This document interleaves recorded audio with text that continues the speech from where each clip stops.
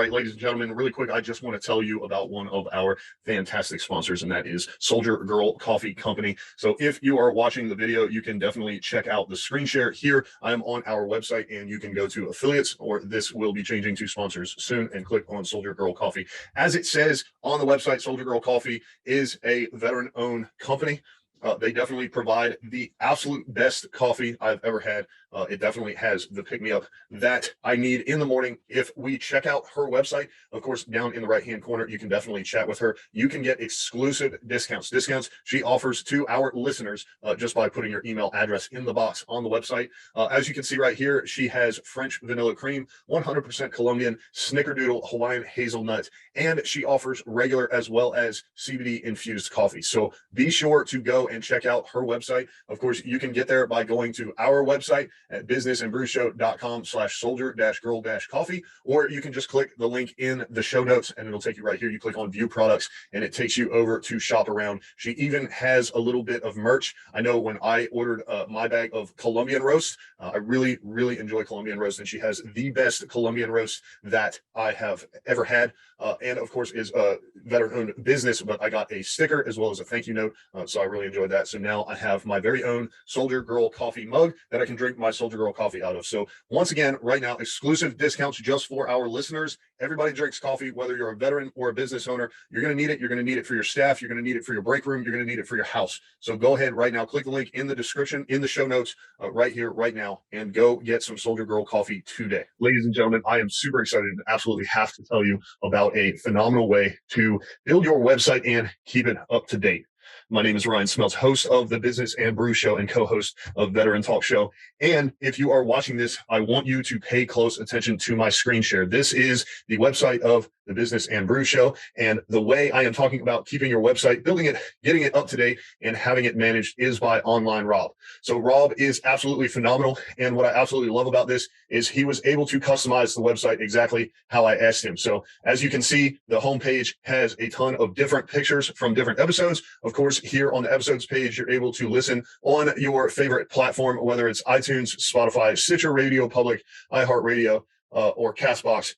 You can connect with us, of course, on Facebook, Instagram, YouTube. Listen to the 5 most recent episodes right here on the website. And of course, you can find our sponsors such as Soldier Girl Coffee and, of course, Online Rob. So the best thing about this is, as you can see on my screen, if you're watching, Online Rob is a veteran-owned small business. He will design, build, and manage the entire website for you. That comes with free unlimited updates, a domain name, your business email, and a logo if you need it. All included for our listeners is only $2.99 per year. As it says right on the screen, there are absolutely no contracts and no hidden fees. I handed this to him. He had it back within a very short amount of time. And anytime I need an update or have a question, he is there to help out. So I strongly encourage you, once again, for our listeners, you can go to businessandbrewshow.com/online-rob, or you can click on the link in the show notes. If you are not watching the video version, the link is definitely in the show notes. Be sure to check out our website. I'm super happy with his work. I'm really excited that I no longer have to figure out where to get an SSL, how to install it. I don't have to install the pixel for my Facebook ads. I don't have to manage any of the analytical tools such as Google Analytics, and I don't have to figure out how to connect the domain or set up a business email. He handles all of that for me for the low price of $2.99 per year. So once again, for our listeners, Online Rob offering this exclusive deal. Be sure to go check it out. Make sure when you fill out the form, you put that you heard about him from us in the How Did You Hear About Us box. Business and Brews Show or Veteran Talk Show. Of course, you can always use my name, Ryan Smeltz. And no longer, as a business owner, will you have to build and manage your own website. Have Online Rob do it for you. Take advantage of this exclusive deal, only $2.99 per year. Best of all, he can handle everything from, of course, a podcast to an e-commerce site. No matter what kind of business you run, Online Rob can handle it for you. So go right now, click on the link, fill out the form, take advantage of this exclusive offer, and be sure to put the show name in his How Did You Hear About Us box. Now, let's get back to the show.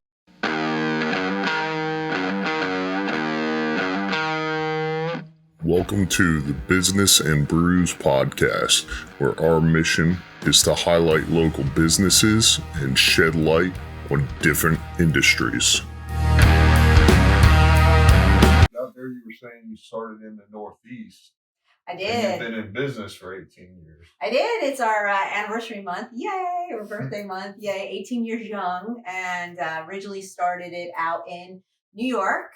And it was after I had an epiphany in the middle of the night to be doing children's yoga. And I woke my husband and said, Clint, I am supposed to be teaching children's yoga. And he's like, yeah, go back to sleep, Doreen. And I was like, no. Let me go research this. Now, this is in the day of computers before Google. So I can't even remember what search engine I used then. But I used a different search engine then and started to look up children's yoga and went and got certified and everything. I did yoga. I took classes, but I didn't teach yoga. I worked with children though. So I married the two together, and within a couple months, I started my business in January 2004. And since then, it grew into about 75, 80 locations throughout 5 states. We franchised it, and then COVID hit. And when COVID hit, the schools, the first to go is enrichment programs and anything that wasn't academics. Yeah. And so everything came to a crashing halt. Although we were diversified enough that we were in some childcare centers that still allowed us to teach, but very few. And we became what was known as non-essential. Non-essential. What a new term in the past 2 years. I didn't like that term very much because we'd never heard of that. And what's more essential than meditation and relaxation for kids during this kind of pandemic and families, because we also teach families.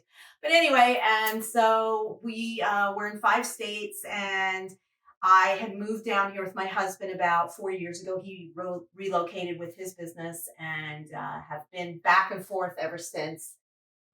Again, till the pandemic hit, and then that kind of halted my back and forth travels for a while. I stayed put in North Carolina, which, boy, am I happy to be staying put here, where you get sunshine and you can be outside. And because honestly, New York is a mess, and it's still a mess, unfortunately.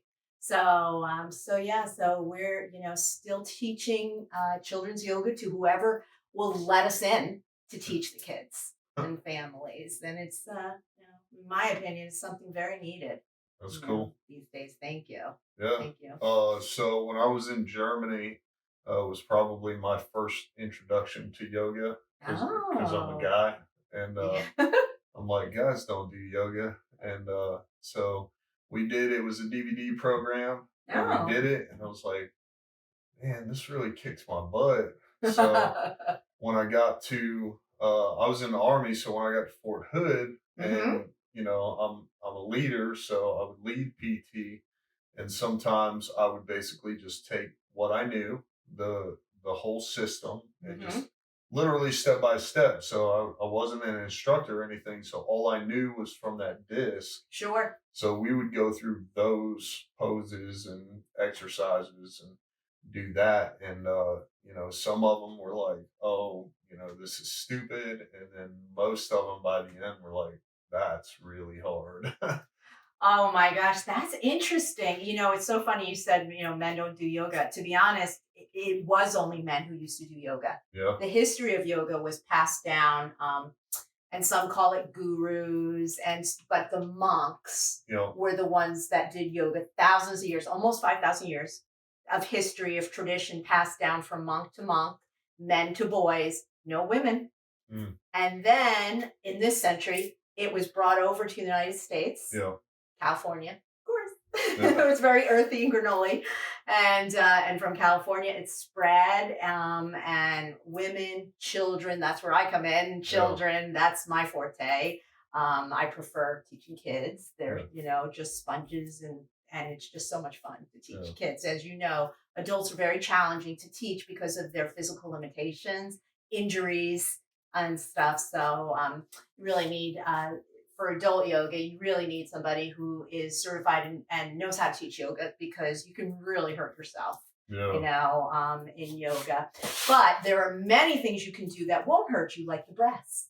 And the meditations. Now, those are great for you, and they don't require any kind of postures and maneuvering. So that's cool. I am kind of part of a fitness group here. unfortunately, they meet at a specific time in the morning. I had to change my schedule, so I haven't been able to go for a very long time. But one guy, so they do one meetup. They call it Broga. Oh, I love it. Yeah. That's awesome. And the one guy that leads it is really good. Mm-hmm. He's very dynamic. It seems like he has a lot of experience. So I like it because he'll lead it, and then he'll do like the exercise with a pose, and then he'll be like, "Here's your alternate," in case you can't bend that way or whatever the case is. And then we had a new person show up at that one time. And at the very end, once we're finished, we go around and introduce ourselves. And he's like, "Yeah, this is my name." And we're like, "What do you do?" And he's like, I'm actually a yoga instructor." So we were like, maybe next time you can do, yeah. That's so great, Ryan. Yeah, you know what? It does. It really shows when somebody loves teaching because it inspires. It's inspiring to somebody to learn from someone who loves to teach, and experience helps in this field. And men, women, whoever can teach. I mean, I know the youngest yoga teacher who happens to be a boy, and he was the youngest yoga teacher in the whole world of yoga. He's out also in California. Okay. And stuff, but he was the youngest at 12 or 13 years old. Great kid. Oh, And wow. stuff's name's Tabayakin, and teaches to this day. But his mom owned a yoga studio, so he Okay. went through the certification process. So men, boys, military, non-military, anybody can learn yoga. But I truly believe it's not for everybody. Just like Pilates isn't for everyone, or running isn't for everybody, or whatnot. It's everybody has their different thing they'll find that they'll enjoy and get something out of. But yoga can help anybody with a benefit. Yeah. Whether it be breath will help them to relax, a meditation will help them, even for sleep. Kids, especially today, you've got kids that have ADD, ADHD, autism. You have children that are stressed. The Zoom learning and that kind of virtual learning is really challenging for some. You have kids that now have social anxiety from being home for 2 years. So yoga or mindfulness or meditation, all of that can help with those situations. And we have adults like that too. All those things I just mentioned, they turn into adult ADD and ADHD and all of that. So it's great that you have such a dynamic teacher you could learn from if you can get in there. It's great. Once a week yoga is fine. Once a day, even better. But once a week is fine. Yeah. So you said you focus primarily on kids. So do you have a studio? Is it a lot in person? Is there virtual? Like, what does all that look like? Great question. So prior to the pandemic, yes, we had a brick and mortar, but that was based out of New York. And we were looking for a brick and mortar space in this area, in the Triangle. Still am. Have not been able to find the right space yet. If you know of any, let me know. Yeah. I do have some criteria. I'm a little picky, but we are looking for a brick and mortar space. So we have operated both ways. We do have virtual classes, but primarily the way our program works, we go to the kids. So we go in the schools, we go in the childcare centers, we go in the camps, we go into the after school programs, we go to the clubs, we go to community centers, we go to the kids. Right. And that's how we teach. As much in person as we can, but if it has to be virtual, that's fine. And so right now, well, prior to recently, things were starting to all open back up until the most recent, COVID strain that we have now. So we hope that by springtime, that this will all be an endemic, all be gone, and we can, go back to business with helping the children in person. But virtually works. We do virtual. So, I guess in searching for a location is like the Fuquay area something that you would consider, or? Oh, absolutely. I have looked at many sites. Let me just say this, and maybe it's because I'm from New York. Yeah. We have something in New York called turnkey. Turnkey. That means your place is ready to go. Yeah. You don't have to put in the floor. You don't have to put in the lights. You don't have to put in the walls. Maybe you have to paint and deco. But what I have found in this lovely area that I happen to live in Fuquay, they don't understand what turnkey is in commercial property. So we have looked at over almost a dozen places in the past 2 years, and nothing has been really turnkey. No. And to be honest, I'm not a contractor. Yeah. So I'm not looking to do that. I'm just looking for a beautiful space that has beautiful wood floors and, that we can go in and the kids will come to. If it's Fuquay, if it's Holly Springs, if it's any surrounding area in the triangle. Okay. But Fuquay is my first choice, yes. Yeah. I feel like, so I don't know if you do this, but like I know Jeremy of Black Belt Leadership Academy in Sanford. So he's got a place, and then he knows another guy that runs. So he does, I think it's karate. It might be taekwondo.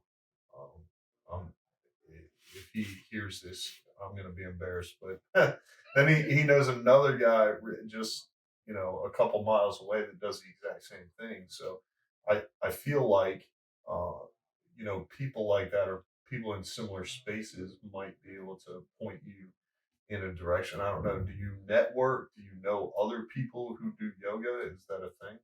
Oh yeah. So again, see a lot of even networking events and things, they have really been cut down because of what we've been going through in the past 2 years.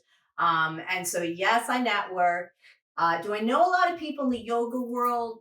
Not so much here in this area. Hopefully will, but not as much here. I do know more of the children's world, let's say, childcare centers, preschools, schools. That is more of the genre that I am more familiar with. So yeah, and yes, there are those kind of places, dance schools, even adult yoga centers, and I really I want my own space because all of my stuff from my New York studio is sitting in storage in Fuquay in a storage unit. So I visit it monthly. I check on it. Sometimes I have to pull supplies for it for classes that I do still teach. And I bring other things back because I never expected it all to sit there for so long. I expected it to sit short term in storage. So it's now long-term storage. But it's safe and sound and climate controlled. I'm glad I did climate controlled. So because it gets hot. It gets very hot here in the summer. Very, very hot. So basically you right now it's kind of more traveling, like going to your customers. Absolutely. Yeah. Although we do have Zoom classes where we do, and my teachers also do right from their home to families, to students. For instance, tomorrow we have some Zoom classes. I do that right from my home studio and teach on Zoom. So they do it from their home. We do it from our homes. I have teachers back in New York that do it that way. Sometimes we rent space at sites. I'll call them satellite locations where we'll go in for an hour or two and clients will come to us. But so far, the parents are still very hesitant. Very hesitant. And I can't honestly blame them, understand. And so, but yes, so right now that's the way it works. But again, it's very diversified because we go in daycares and preschools. We're part of their day. We're like the activity of that day that we go in and we teach right on site.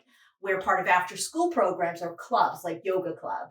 So the kids that stay after school for an additional hour, so will do yoga with us.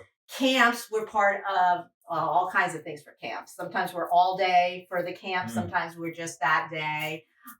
So yeah, we were fortunate, I do have to say. Thank goodness we were diversified. Because if we only had a brick and mortar studio and that was it, we would have been out of business.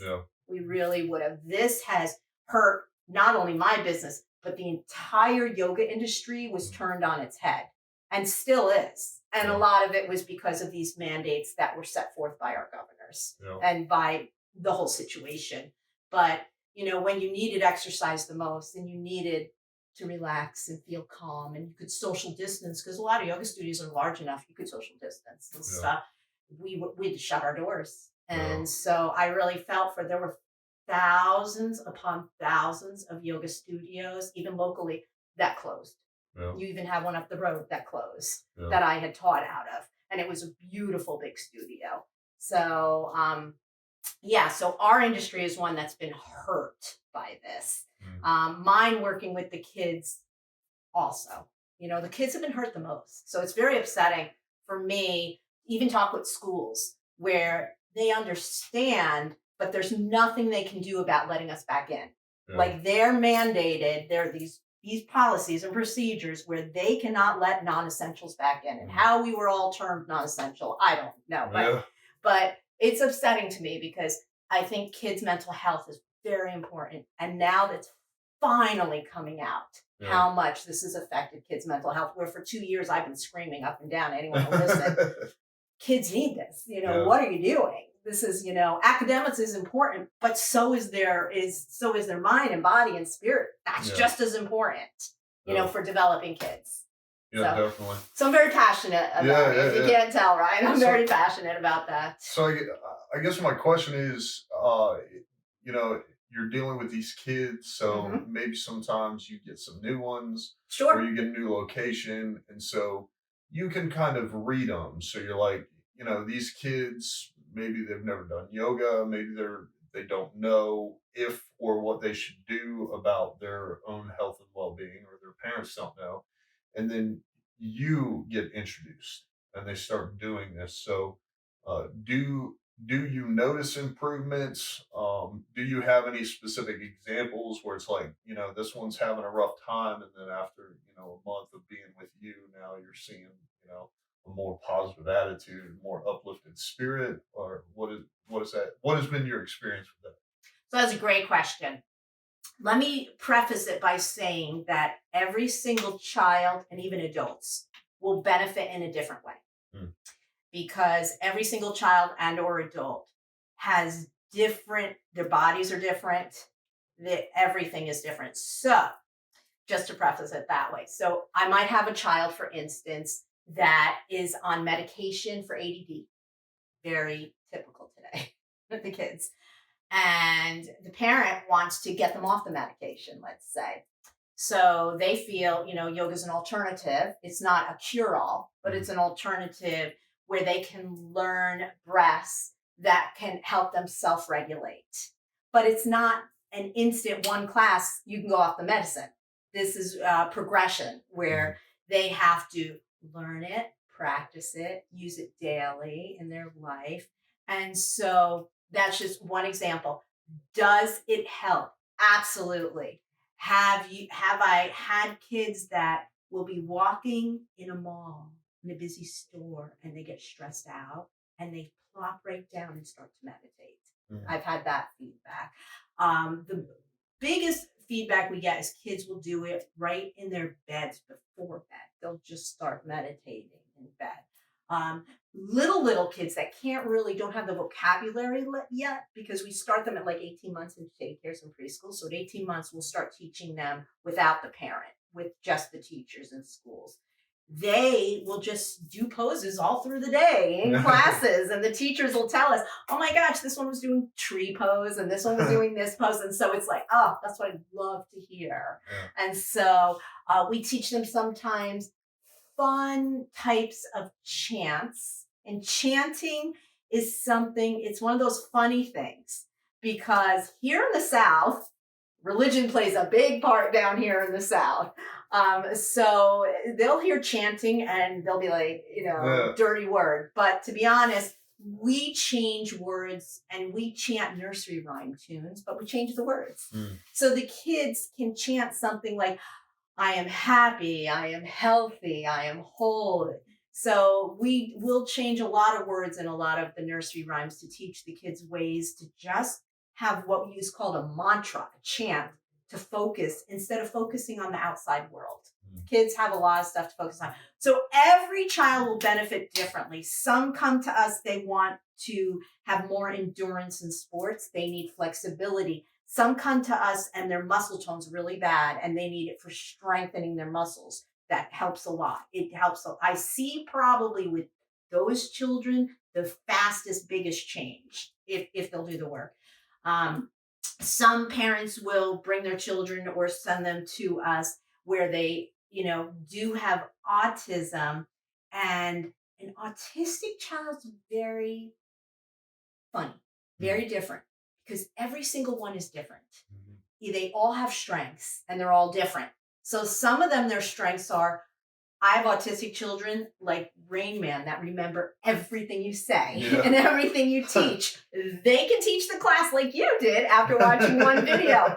Okay. So that is awesome to see. And we're like, So our belief from day one, I say our, because I feel like I never could have taught hundreds of thousands of children like I have in my business in 18 years. I never could have done it without my teachers, my staff, my franchise owners. Never could have done it alone. So I always say our, but we'll go back to me. When I first started it, our mission was to teach a child one thing. And if they used it in their daily lives or into their adult life, I felt like we did our job. And that's still kind of our mission. Yeah.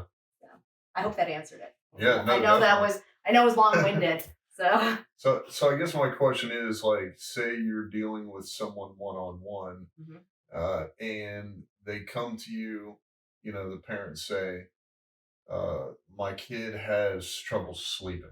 Okay. Or that's a good one. Something like that. Is that something where you hold a conversation? Do you cater the program around what their needs are? Great question. So if they're in a group class, not a private class, I will touch on it either right at the end or during the class. I won't say so-and-so needs to work on this. Yeah. I'll teach the whole the class, one thing to help with that. Yeah. But yoga as a whole will help anyway. When it comes to sleeping, there's a chant for sleeping. It's called Om Agastha Shayina. And we'll teach them that chant, Om Agastha Shayina. And they'll say it and learn it over and over. It's almost like counting sheep. Funny because it sounds similar. Om Agastha Shayina. Maybe that's where counting sheep came from. I don't know. The Buddhas or whatnot. But so yes, I will always listen to a parent. I mean, the parent knows their child best. Or a teacher at a school. But what I find sometimes teachers label kids, and we try to stay away from the labels. We try to see the child as a whole. A child that might be labeled, for instance, a troublemaker, the loud one, the noisy one. Well, there's a reason that that's happening. So we will teach them as a whole without judgment. And because yoga has no judgment. Yoga has no comparing. It's a very different, let's say, sport than other sports out there. There's winners and losers in other sports, but not in yoga. The only winners are each person, benefiting. So yes, what a parent will tell us is very important. We love parent feedback. So you mentioned about, comparing yourself to other people in the sports. And I think that's pretty interesting because especially adults, like they have a tendency to do that. So it's like that person can stretch further or is more flexible. So I guess how do you present that? How do you pull that out of it? Like, hey, let's take a step back and realize that it doesn't matter. It looks to you like someone might be better than you. Sure. Because kids compare themselves all the time. They're comparing themselves in school with grades and in gym class, whatever sport they might be doing that day. So, it's all about the way you present everything. Sometimes we'll do poses where I'll have the kids in a circle, but I'll have them turn outside the circle so they're not looking at each other. So that when they're doing their pose, they're not looking at Johnny can do this pose better than I am or this one. So yoga is all about teaching them, well, maybe you can now balance in that pose that you couldn't balance in a month ago. Because that is what winds up happening. Like balance poses, maybe a week ago you couldn't do, you could do now. Usually it's months, but it just depends. It depends on the person. So it's just a style of teaching that a teacher, a yoga teacher, a good yoga teacher, a studio will not have mirrors. It's not like dance school. or karate or martial arts. We have no mirrors. We don't want mirrors. You know, mirrors are not good in a yoga studio. So as you're looking for that studio space for no mirrors. No mirrors. But anyway, so yeah, it's really just the life of a yoga teacher, or the style of a yoga teacher, is not to compare Johnny to Rich or Tom or whatever and stuff. It really is you want to give encouragement, but you don't, sometimes in schools, especially everybody gets an award, everybody gets a ribbon, everybody gets a medal. Yoga's not about that at all. The only, you win, but you're winning, you're benefiting, you're feeling better. Are you feeling better? How do you feel? We talk about feelings in yoga, especially school age to teen. We'll journal. We do a lot of journaling with them. And the journaling gives them the opportunity to write their feelings down. And so every week, the way we teach, we have a theme. So every week the theme changes. Like, for instance, this week's theme just happens to be space, like kind of like astrology I was talking to you about earlier. Okay. So that just happens to be space, outer space. And so every student is learning in all our classes, whether it's New York, New Jersey, Connecticut, PA, or North Carolina, or virtually wherever in the world, wherever it is, they're all learning things about space. So they're learning about the sun and how it reacts, how it affects you. And they're learning about the moons and how the moon cycles affect you. And they're learning different planets.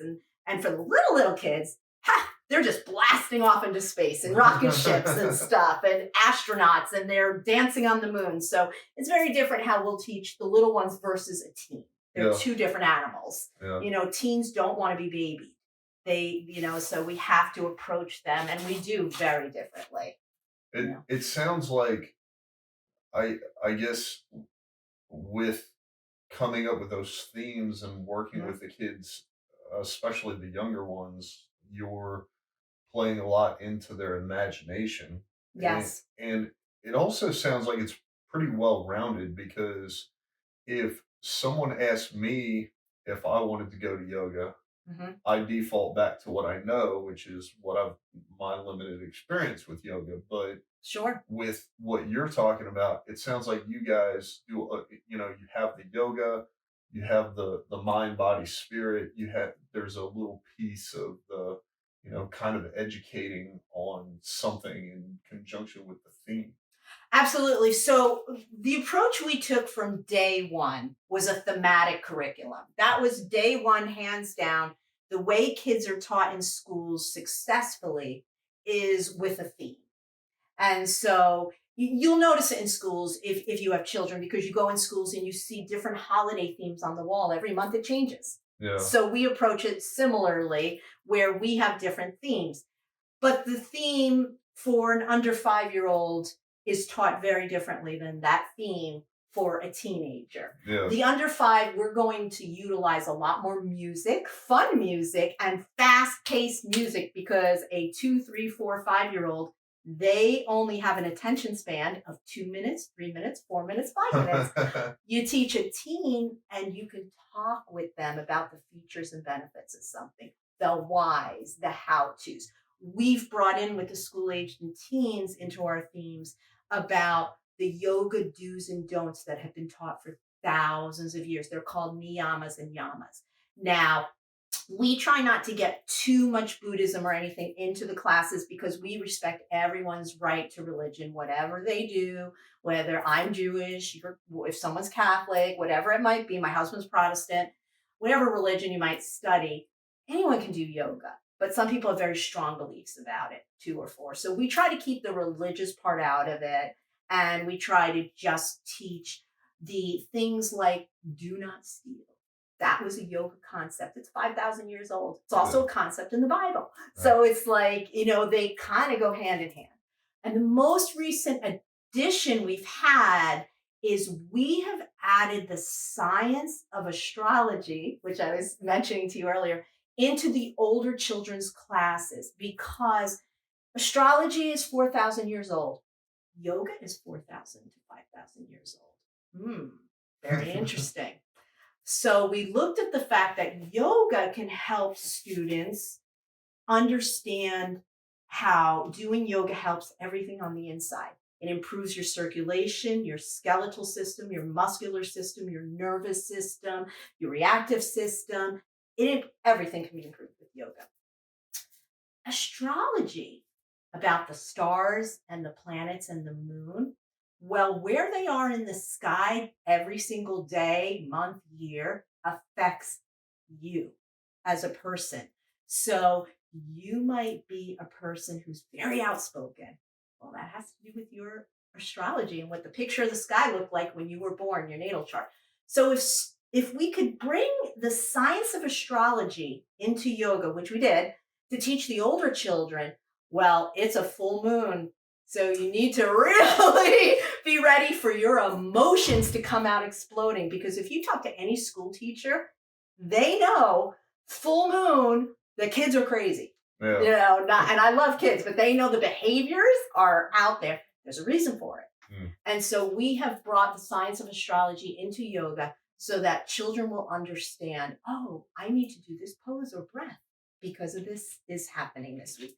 And so, like, for instance, this is a very quiet week, but tomorrow is in astrology, the planet Venus goes dark. Planet Venus, you usually can see in the sky under the moon. It's a really bright looking star, even though it's a planet.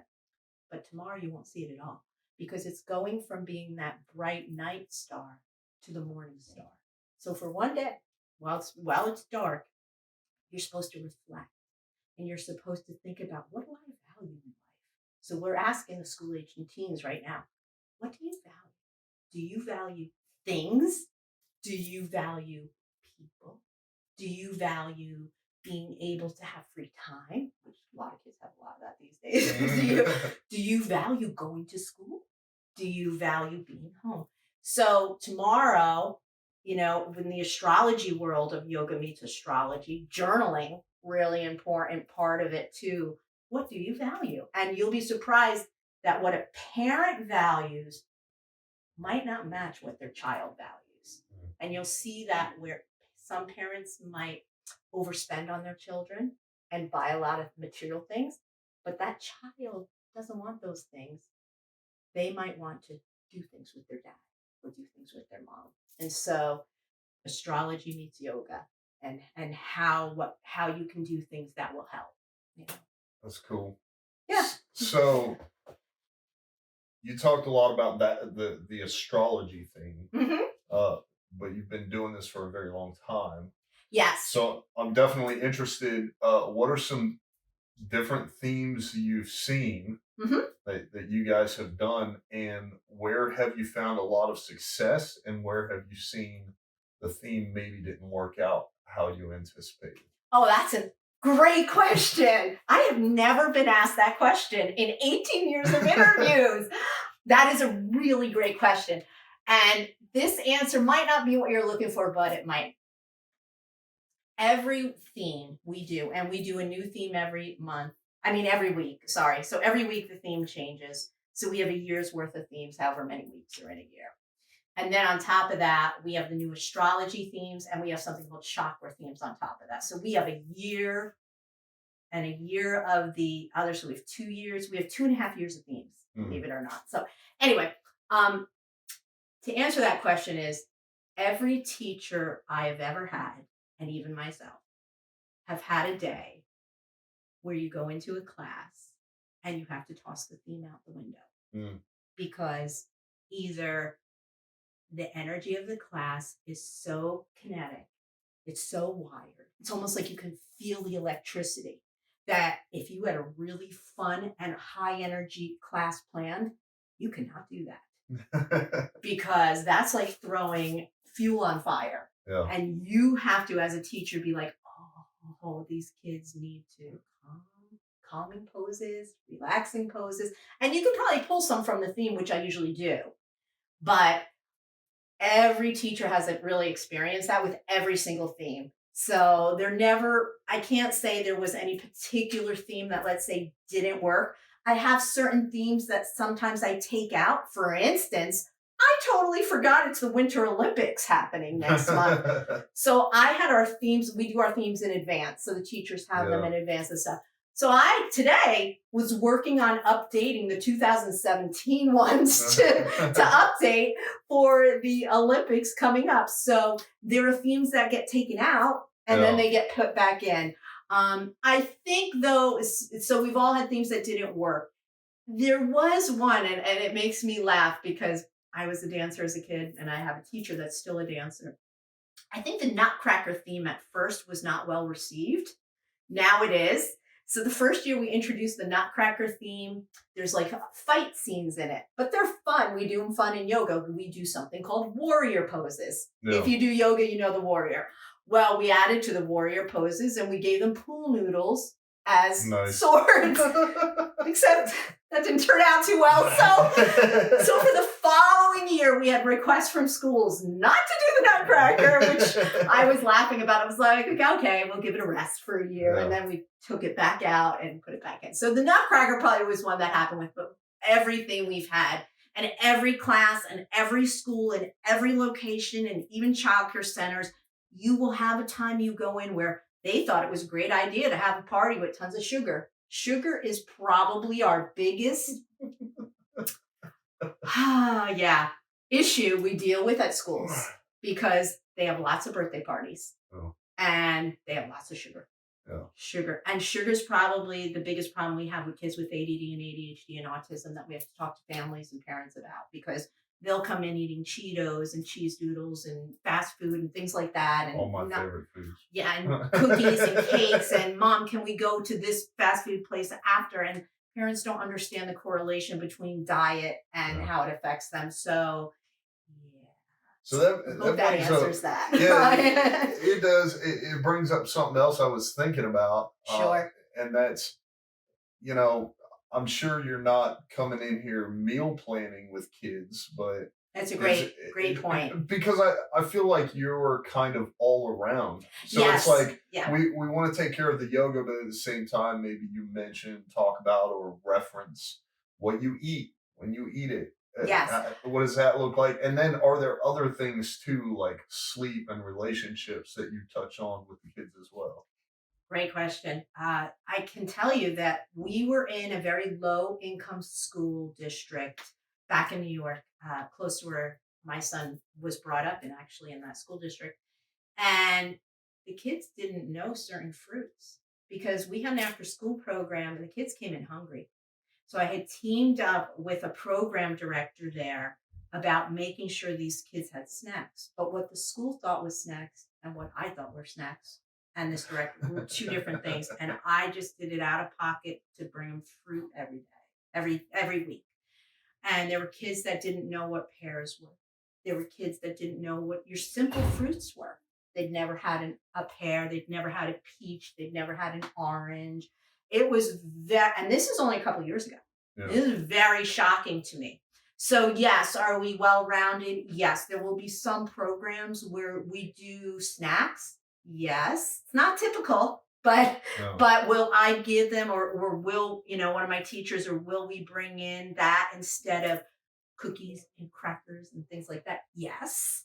Yeah. I would rather the school keep it and we'll bring that in. I think schools are becoming a lot more into the nutritional part of it and understanding of it.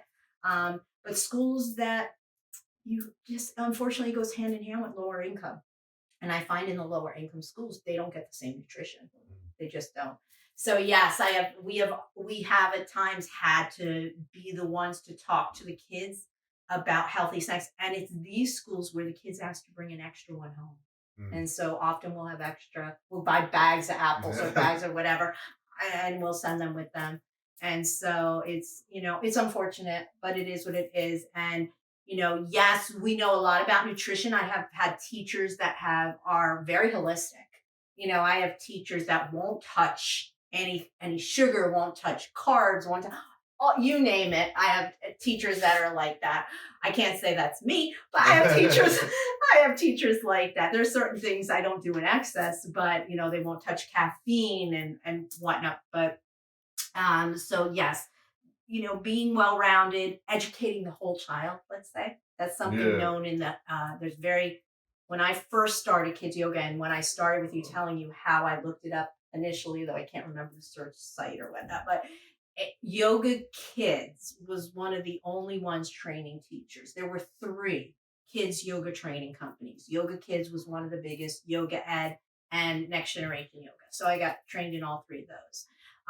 But their slogan, I guess you would call it, is educating the whole child through yoga. And I've always taken that with me, from their teachings. Yes, you have to educate the entire whole child, top to bottom, inside to out, and outside to in. Yeah. Yes. So. Yeah, that's pretty cool.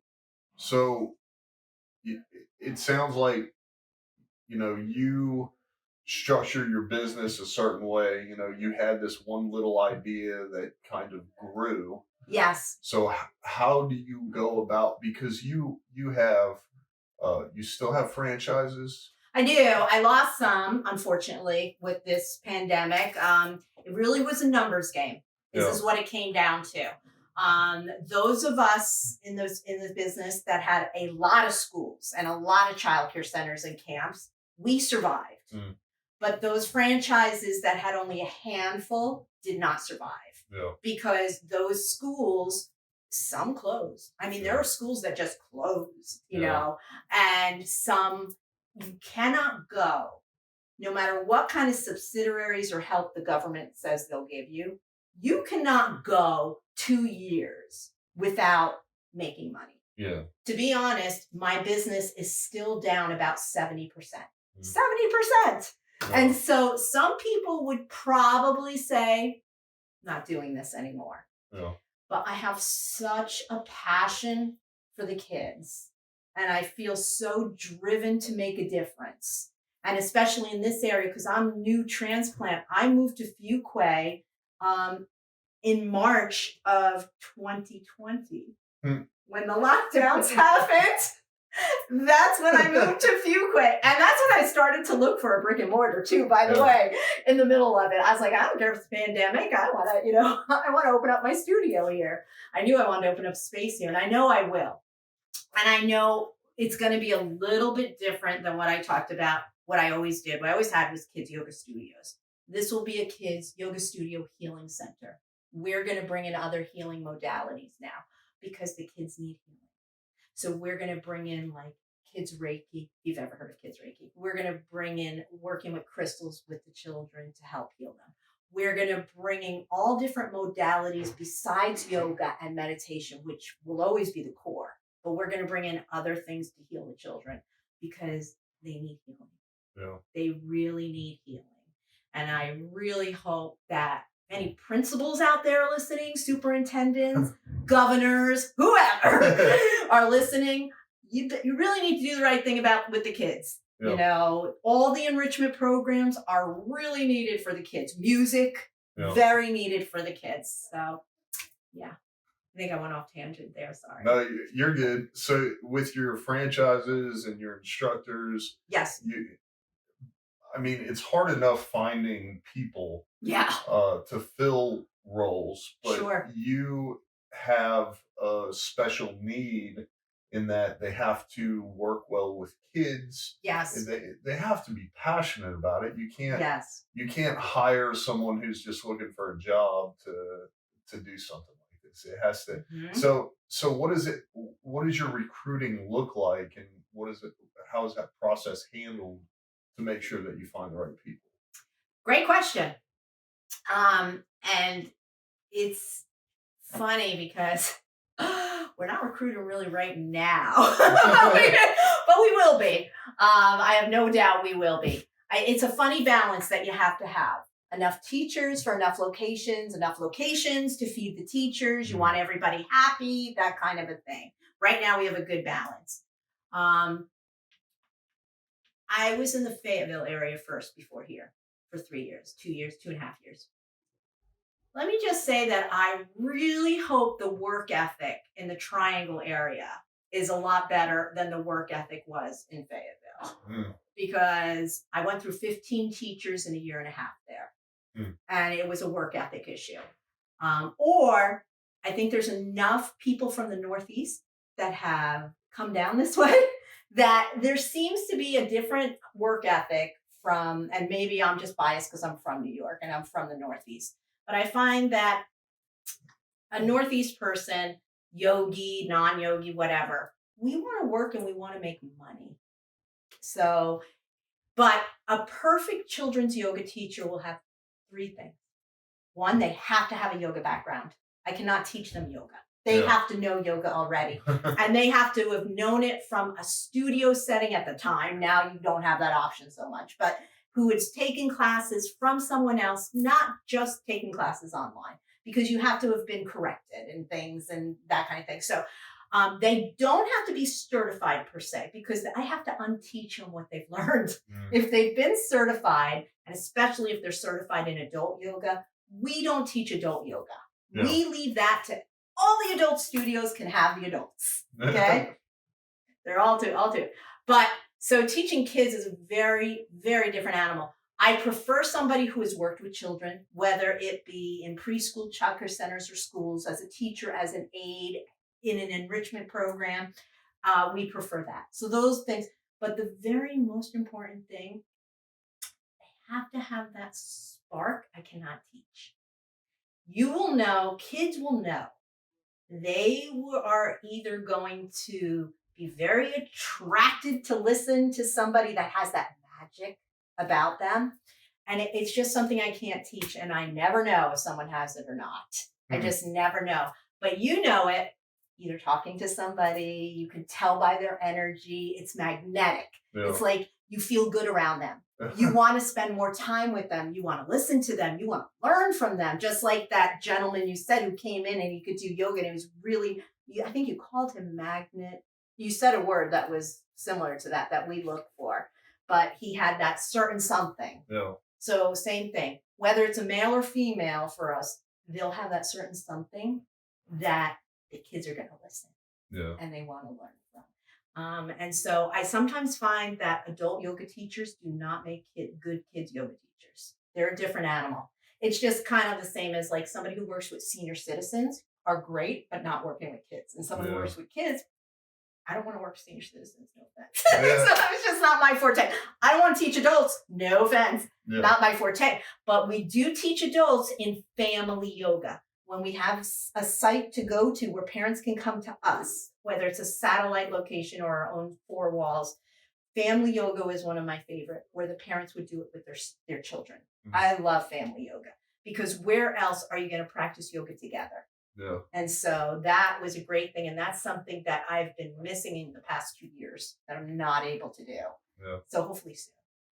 So I have a weird question because when I was in the Army, so obviously I don't have a lot of yoga experience, but when I was in the Army, we would do stuff like the square push-up or the longest push-up. And so with the longest push-up, it's guys putting their feet on the shoulders of the guy behind them. Oh, okay, like a plank almost. Yeah, but you do that all the way down the line, and then everybody does a push-up. Got it. And then the obvious challenge is if you're out of sync, you're not focused, or your position isn't right, and you could mess up. And then if you topple, the guy behind you could topple. And then the square push-up is the same concept, only instead of in a line, it's a square. I've seen that. So does yoga have anything like that? Do you work? What do you do to bring them together? What are those positions called? That's a great question. So in yoga, we have something called partner poses and group poses. They are mostly taught in school age to teen classes because you need the coordination and the cooperation components. Under 5-year-olds, sometimes you can get that in 4 to 5-year-olds classes, but we mostly introduce it in school age and teen or in family yoga where a parent can work with their child to do partnering. Partnering also requires you to be similar in size. If you're not like you are much bigger than I am. So could you imagine us trying to do a yoga partner pose? Guess what? It wouldn't work. It doesn't work. You need to be similar in size to do partner poses in yoga. It helps a lot because the weight distribution is off of each other. So there are tons of yoga poses that we do partnering and group. And in every school age to teen class we teach, there's a couple of both because it makes it more fun. Yeah. because we believe the kids are not going to learn if it's not fun. If they will not have, if they're not having fun, they're not going to do it and stuff, especially teens. Oh boy, will they tell you that, that's when you'll hear, oh, yoga's boring. I hate yoga. Yoga's like, whatever. You'll hear things like that. So you got to make it fun, Yeah. for them. And again, their fun is something different than fun for an under 5-year-old or whatnot. So yes, there's plenty of that.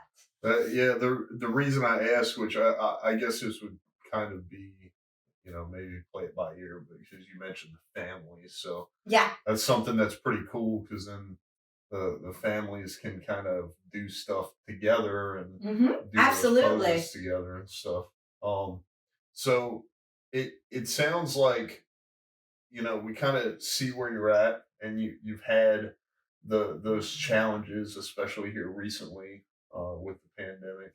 Oh, Um, yes. Yeah. but moving forward, I'm curious because you're 18 years young, so Yes, thank you. so Don't I look it? in recovery, obviously to make up for whatever losses you had to take. Where do you see your company going in the future? What are some of your long-term goals for it? No, that's a great question. And I don't know if I have all the answers because things right now are changing so quickly for schools too. It's like schools right now are fighting the virtual versus in person because there were some benefits for some students to learn virtually, especially your immune compromised students that I get and stuff. Um, and I believe that there's going to be a part of schooling, of education that does change, where there's going to be a virtual part that continues going forward. Maybe not every school and not maybe every school district, but I think we're going to see in the coming years that that's going to be a part or an option, let's say, virtual schools, let's say. I think that so for my business, I'm looking at it, and one of the things I already told you about was one of my goals, missions really to do now is a healing center, like a brick and mortar healing center. I never believed in just having a brick and mortar and that was it. I always believed you have to go to the kids, and I still believe that. So maybe we'll bring some of those modalities on the road with us with the yoga when they let us back in. My hands are tied as long as I am still deemed non-essential until this title is removed from all of us that do kids yoga and or enrichment programs. It's like they have really tied our hands to help these kids in person. But I think that the whole education world that I am in, and I feel like I'm in education, even though I'm in yoga, I feel like because I work with kids, I'm more in the education world of it and childcare. And I think that they are flipped upside down right now. I think that they realize that they have to change the old. The old isn't working anymore. And I think they're realizing that going forward, they're going to have to do things differently. And so I'm kind of open to what that might be. I'm not the type that's just going to be like, nope, we can only do it this way. And that's it. We're not doing it. Sorry. We're yoga. We're flexible. We want to help. We want to teach kids. So I think that still being diversified is going to be important. Having the brick and mortar site for the Triangle families to come to, and maybe Cumberland, the Sandhills, if they want to come up and stuff, because, and I still actually go down to the Sandhills and teach out that way. But, maybe have a place down there and up here, but I would rather be closer to home than to be commuting all the time. I did a lot of commuting in New York. It's a part of life there. You commute. That's just the way it is. But maybe that, but I think it's going to just be continuing the diversification. But I also feel like in the yoga world and kids yoga, I am the only kids yoga program in the United States that has an astrology curriculum. I'm the first. And it's nothing new for me because I was the first to franchise children's yoga. There was no other children's yoga franchise. I was one of the first yoga franchises to begin with. There was another or two. But so I'm used to being a pioneer, let's say. in that. So I feel like I'm onto something with the, let's say, astrology meets kids yoga. I love it. I love astrology. The past 2 years I've been studying. It's actually only been a year, less than a year. I've been studying it. I was always interested in it, but I've been like going back to school myself and learning this stuff all online. It's a wonderful thing. So I have all this time now and stuff. Yeah. So my 75, 80 of my schools are closed. So okay, I'll do, or we're not going in. So I think that there will be some schools that will catch on, or we're going to make it available to train teachers maybe in the kids yoga world, or to train teachers in schools how they can bring the astrology meets kids yoga into their class, into their science class, or into their gym class, or whatever, or into their school as an option, as a, what do you call that curriculum when you elective, as an elective. Yeah. So I think that that's something I really want to focus on because it's marrying the two so well. Yeah. So because nowadays, prior to the pandemic, there were thousands upon thousands of kids yoga teachers. Now there weren't when I first started 18 years ago. It was so new and fresh out there. Yeah. Kids didn't know yoga; they'd never heard of it. It was so new. It was great. Now everyone you know is a yoga teacher or goes to yoga or is taking, and it's a great thing and stuff. So, but it's finding that niche, and I feel like this is now my new niche. Yeah. Say, and I'm not getting rid of the old because it works and stuff. We're just adding to it, Yeah. and I really love it, and I love that astrology can help. Adults, it can help kids, but kids learning it will help them into their adult life. I wish I knew as a kid, oh, you better watch out when the sun is shining on, a Pisces. That's like me, I'm a fish, a Pisces.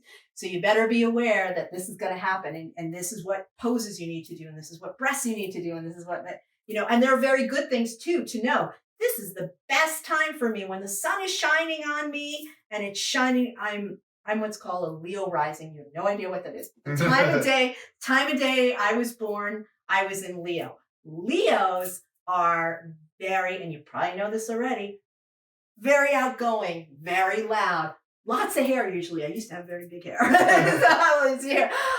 They're kind of like the actors, that the people that like will command a room. Those are a Leo and stuff.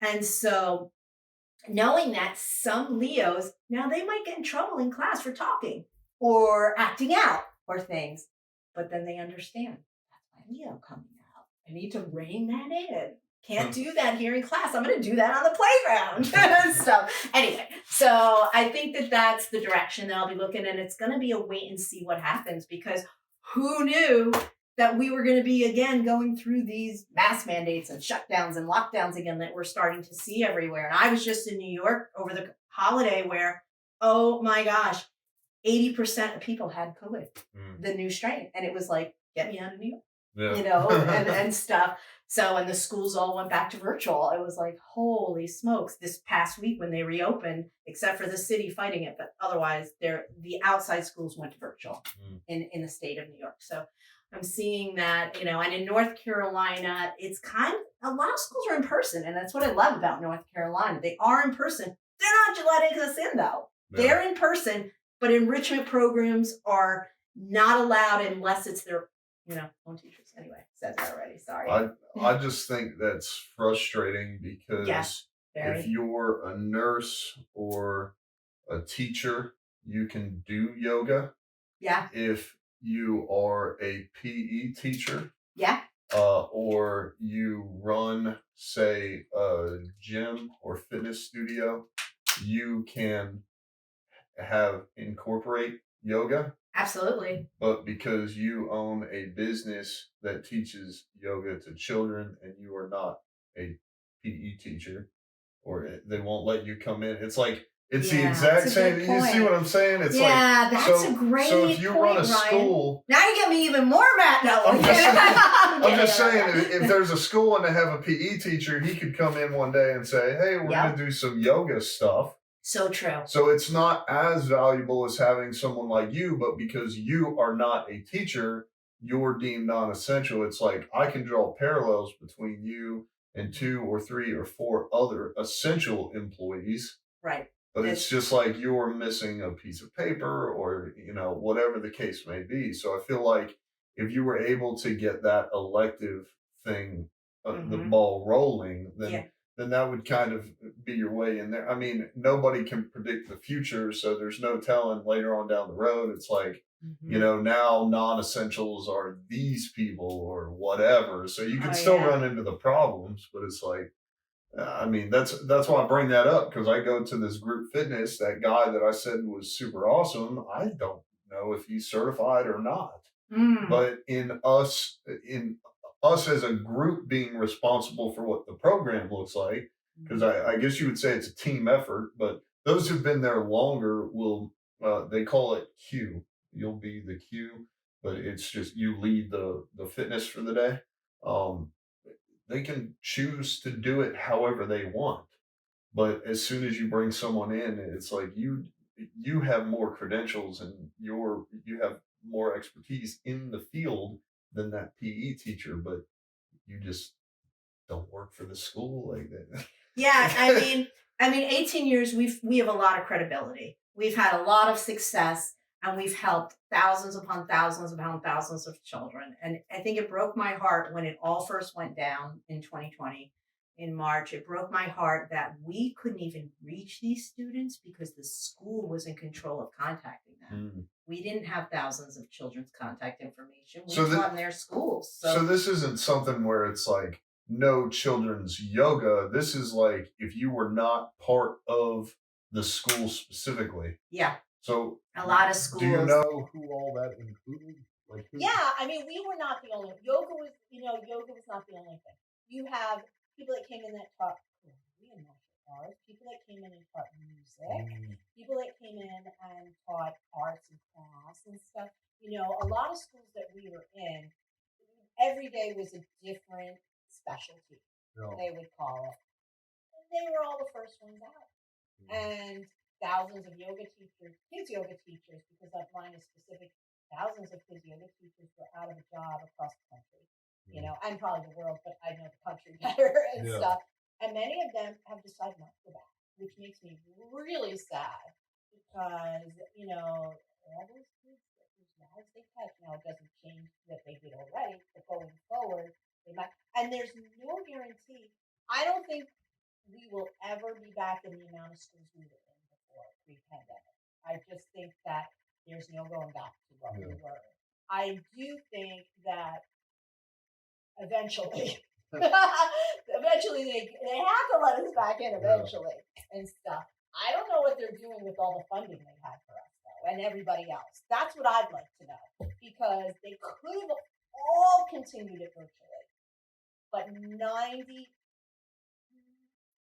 over 90% of schools, even more, did not want to do virtually. Because, and I get it, because there are a lot of schools that their kids don't have access and stuff, or, but it was just another thing to add to their calendar, and they had to get academics in. I get it. The academics was the most important, and I understand that. Academics is important, and, it is what it is. But I do think we'll be back.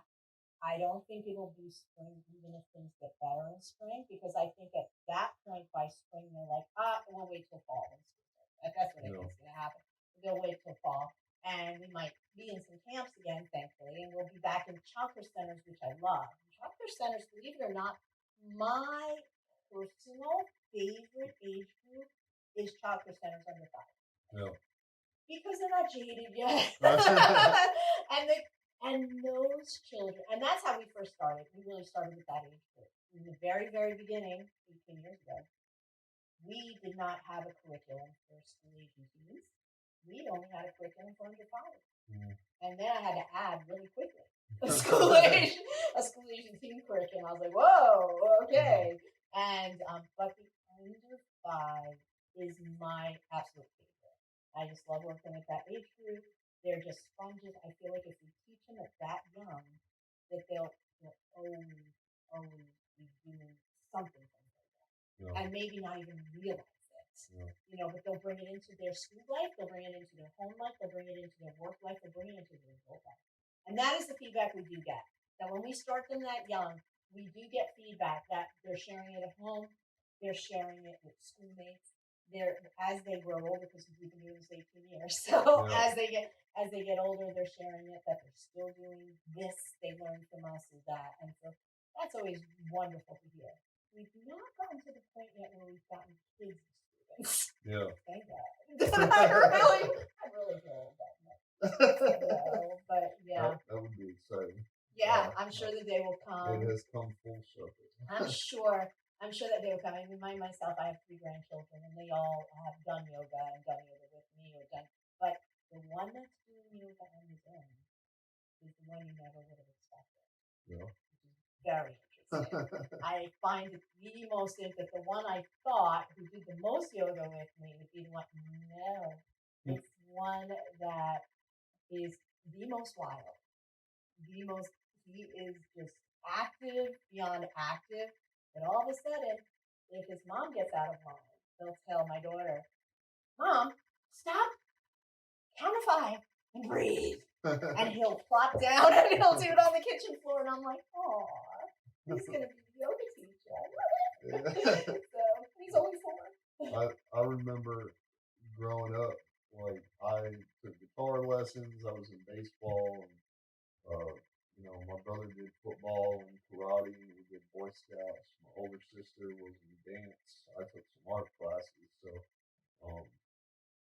I think it's interesting what you're doing. I think that adds to the kind of the choices that kids have when it comes to what do I want to do, what's something that I can put my focus and my energy into. So I think now we come to probably the most important question, and that is whether someone wants to get themselves and their kids involved in yoga, somebody wants to support your programs, or maybe there's someone out there who wants to get into yoga but doesn't necessarily know where to start. Where can people find you? Okay, so we have all the social media platforms covered. The Children's School of Yoga. Our website has a landing page for the homepage, I call it, has all the social media on it, the Children's School of Yoga.com. Of course, we can be reached by phone or text at 845-782-YOGA or 845-782-9642.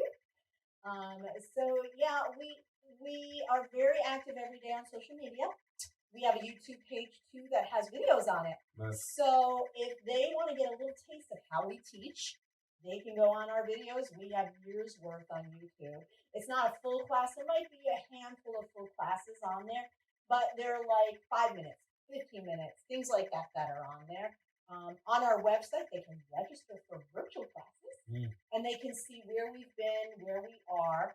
They can always contact us directly for a class. And we would love it if your listeners have a space for us in Fuquay Marina or a neighboring area, a nice wood floor, no mirrors and stuff, anywhere from around 1,000 square feet, no bigger than 2 though, because and a reasonable rent. To be honest, that's what I'm finding is a big problem here too. Yeah. When I first came here, the rents were more here than New York. And if you can believe that, I am not kidding.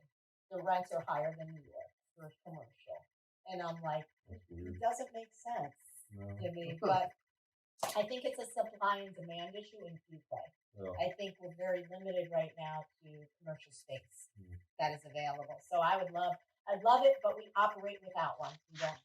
We operate both ways. Yeah. So we always have, and I have franchise owners that don't have a studio, and I've had in our career 2 or 3 times that we had a year or 2 where we didn't have a space and stuff. But we prefer having a space, a home. We really do. We want to have that home again.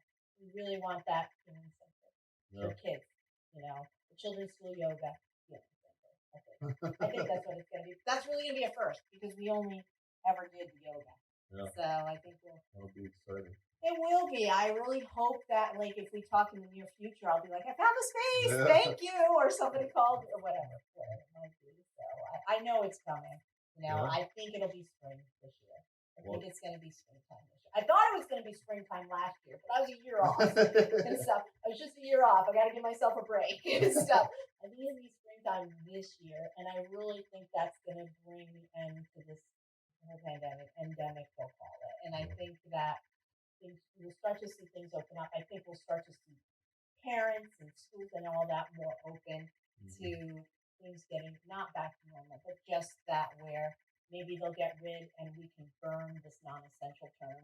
So I'll have a bonfire ceremony for burning that term because so many programs were affected, you know, and the kids. But it's the kids that, you know, were affected the most, and that's who I care about. Yeah. You know, really do. So. Well, I appreciate you coming out. Oh my gosh, thank you. Covering everything, and yeah, so nice to meet you in person, Ryan, yeah, and definitely. to have this very colorful talk, Yeah. you know, and share my love and passion. I always tell people, like, I don't make any promises I can't keep. I mean, we have a small audience, but I think our number one focus has always been local. Okay. So like the rancher that I had on yesterday, or maybe when this airs last week, is local. So I'm pretty excited about that because I didn't really know that was a thing. His business model is severely different than other farmers or ranchers that I've heard, where you buy a whole cow or a portion of the cow. He does it per pound. So my fiance is getting on there, and we're going to choose our cuts and hopefully get some high quality meat. Very interesting. You know, never know what's in your backyard. Yeah, you so, just don't know what's in. I mean, who knew? You know, I was in your backyard. Yeah, so look at that. That's why I'm glad. I'm glad you're here, and I'm glad you went over everything. And thank you. Hopefully, all these people that are in the area that are watching this or listening to it hear, children's yoga. Yes, let me back in. Thought? Let us back in the schools and childcare centers, because there's plenty of childcare centers here in Fuquay, and schools in right here in Fuquay. We have new schools too. They're beautiful and stuff. So I would love to have the program in there and really just have a good benefit from it. You know, because they're our future. They're the key, and they've had a tough 2 years. Let's make 2022 a better year for them. I really desire to be a part of that component, that component. But thank you so much. It was really fun. It really was, and I look forward to hearing it and sharing it with my own audience. Yeah, definitely. So, thank you. You're welcome, Ryan. This has been the Business and Brews Show, hosted by yours truly, Ryan Smeltz. Edited and produced by Ryan